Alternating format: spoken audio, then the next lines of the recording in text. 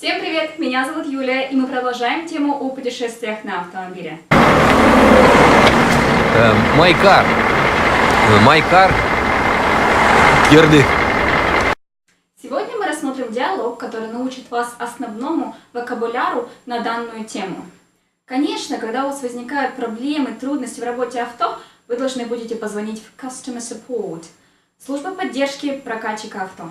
Hello, could you help me? I rented a car yesterday and now it broke down. I can't start it. How can I fix it?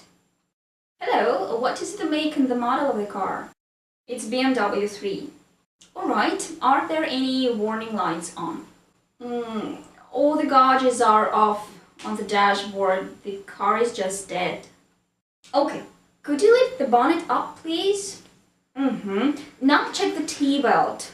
Is it on its place? Yes, it is on its place. Okay, now check the spark plugs. They are alright. Now, when you turn the key in the ignition, can you hear any noise? The car makes a clicking noise, but it won't start. It usually means a dead battery. If not, check the wiring from and to the starter for a loose connection. The connection is fine. I guess it's the battery.